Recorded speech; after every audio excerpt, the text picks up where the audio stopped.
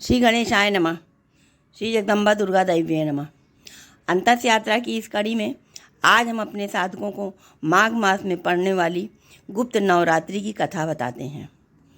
साल में 4 बार नवरात्रि मनाई जाती है, जिसमें से 2 गुप्त नवरात्रि होती है और 2 नवरात्रियां सर्वविदित हैं, सभी साधक जानते हैं। चैत्र मास में पड़ने वाली चैत्र नवरात्रि और अश्वनी मास में पड़ने वाली अश्वनी नवरात्रि। माघ मास में पड़ने वाली नवरात्रि को गुप्त नवरात्रि कहते हैं। इस बार यह नवरात्रि 10 फरवरी 2024 से शुरू हो रही है। इसका समापन 18 फरवरी 2024 को होगा। इस नवरात्रि की शुरुआत माघ माह के शुक्ल पक्ष की प्रतिपदा तिथि से होती है। तंत्र साधना के लिए यह गुप्त नवरात्रि एक स्वर्णिम अवसर मानी जाती है। गुप्त नवरात्रि के दौरान 9 दिन तक 10 महाविद्याओं की पूजा अर्चना गुप्त तरीके से की जाती है, इसलिए इसे गुप्त नवरात्रि कहा जाता है। देवी के वैसे तो अनंत रूप है, कहा भी गया है सर्वरूपमयी देवी सर्वदेवीमयम जगत अतोहम विश्वरूपा ताम नमामि परमेश्वरी, अर्थात ये सारा संसार शक्ति रूप ही है। इस बात का विशेष ध्यान रखना चाहिए। गुप्त नवरात्रि की पौराणिक कथा। देवी भागवत पुराण के अनुसार महाविद्याओं की उत्पत्ति भगवान शिव और उनकी पत्नी सती, जो कि पार्वती का पूर्व जन्म थी, के बीच एक विवाद के कारण हुई। जब शिव और सती का विवाह हुआ तो सती के पिता दक्ष प्रजापति दोनों के विवाह से खुश नहीं थे। उन्होंने शिव का अपमान करने के उद्देश्य से एक विशाल यज्ञ का आयोजन किया, जिसमें उन्होंने सभी देवी देवताओं को आमंत्रित किया, परंतु उन्होंने द्वेषवश अपने जामाता भगवान शंकर और अपनी पुत्री सती को निमंत्रित नहीं किया।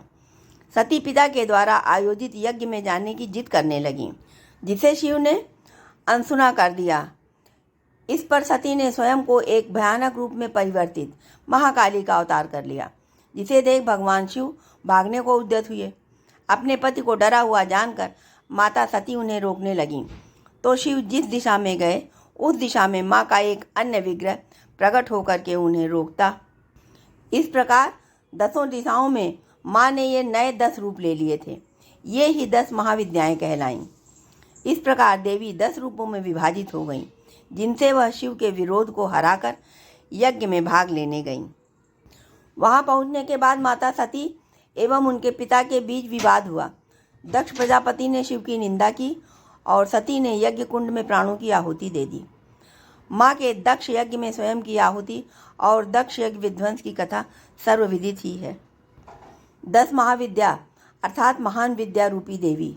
महाविद्या देवी पार्वती के 10 रूप हैं, जो अधिकांश तांत्रिक साधकों द्वारा पूजे जाते हैं, परंतु साधारण भक्तों को भी अचूक सिद्धि प्रदान करने वाली हैं।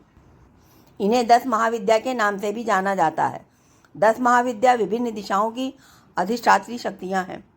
भगवती काली और तारा देवी उत्तर दिशा की, श्री विद्या षोडशी त्रिपुर सुंदरी ईशान दिशा की, देवी भुवनेश्वरी पश्चिम दिशा की, श्री त्रिपुर भैरवी दक्षिण दिशा की, माता छिन्नमस्ता पूर्व दिशा की, भगवती धूमावती पूर्व दिशा की, माता बगलामुखी दक्षिण दिशा की, भगवती मातंगी वायव्य दिशा की तथा माता श्री कमला नैशित दिशा की अधिष्ठात्री देवी हैं।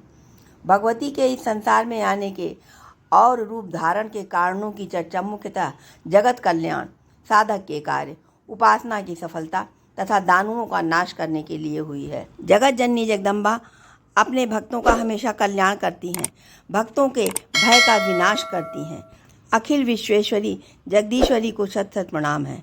आइए सभी साधक मिलकर गुप्त नवरात्रि का यह पर्व मनाएं और माँ की कृपा अनुदान वरदान प्राप्त करें। सर्वरूपमयी देवी सर्वदेवीमयम जगत अतोहम विश्वरूपा त्वाम नमामि परमेश्वरी।